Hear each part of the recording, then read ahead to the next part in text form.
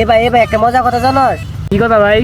রাইতে ঘুমাই, আর তারপর তারপর দেখি সকাল হয়ে গেছে।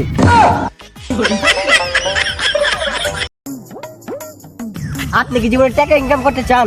হ হ তো 3 টাকা খেতে কাম করগা। কি ব্যাপার, তুই মন খারাপ করে বসে আছিস কে রে? ছোটবেলায় ভাবতাম বড় হয়ে মানুষদের দান করব। বড় তো হয়েছে দিয়ে দান করগা। বড় তো হয়ে গেছি, গরিব আমি থেকে গেলাম। এটা পাঙ্গাস মাছের ভাত কেমন মজা হয়েছে রে। তুই গালে হাত দে মন খারাপ করে বসে কে?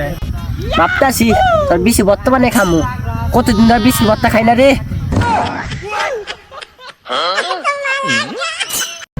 ওই 25 বছর 1.5 লাখ টাকা কামাই করি। ও তাই নাকি? কি করস? বেশি কিছু করি না, খালি মিশা থাকি।